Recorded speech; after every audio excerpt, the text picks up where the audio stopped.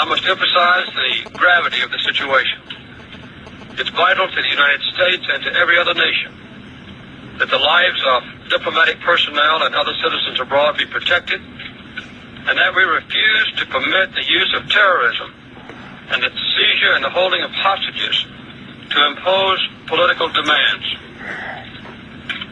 No one should underestimate the resolve of the American government and the American people in this matter. It is necessary to eliminate any suggestion that economic pressures can weaken our stand on basic issues of principle. Our position must be clear. I am ordering that we discontinue purchasing of any oil from Iran for delivery to this country.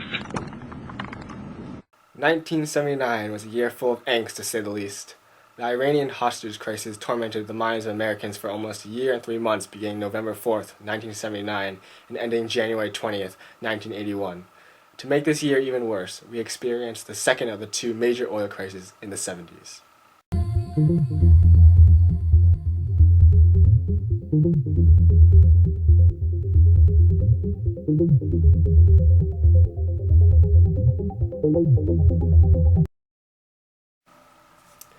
America had good ties with the Shah of Iran. The Shah was the leader of the Iranians and was responsible for a country that assimilated to American ways.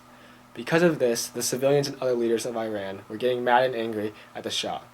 This caused many riots where over 10,000 civilians were killed. So when the Shah entered the United States for hospitalization for his cancer, new political leaders took over with different views from the U.S. These leaders were extremely religious and against American beliefs. The Iranian government is headed by a man named Ayatollah Khomeini, who considered the United States as the Great Satan for their support of the Shah.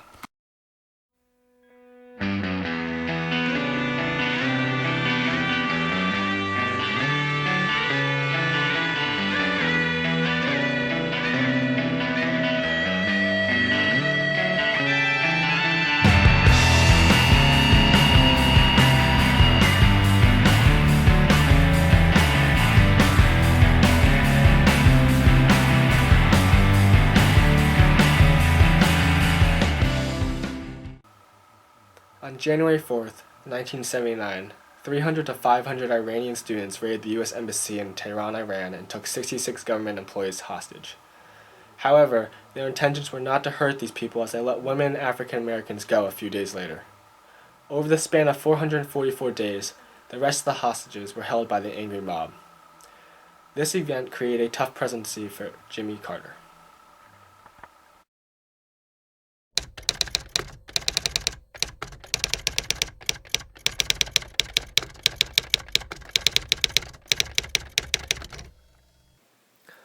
Operation Eagle Claw was ordered by President Carter in an attempt to rescue the Americans captured during the Iran hostage crisis. However, this operation was a complete failure. A little after 7 p.m., 8 helicopters embarked on the rescue mission. However, it was only 2 hours later when everything began to go terribly wrong.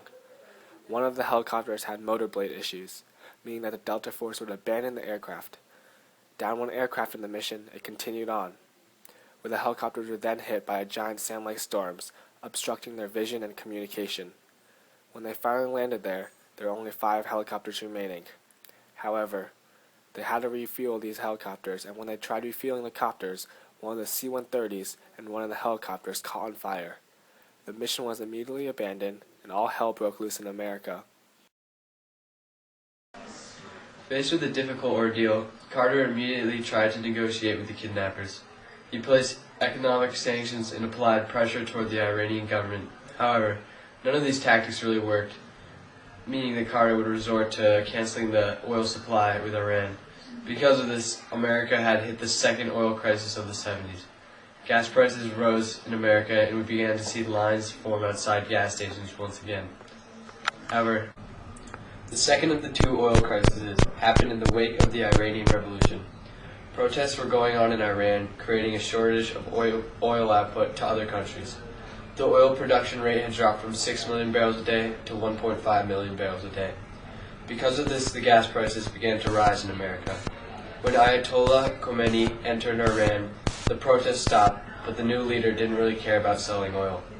The oil imports in America were staggered, creating a sense of panic for Americans. When Americans realized that they could be entering another oil crisis, only a few years after the 1973 oil crisis, they began to buy gas at an unbelievable rate. They began to buy gas whenever they could, even if it was unnecessary. Due to this widespread panic, we entered another crisis in the midst of the Iranian hostage crisis.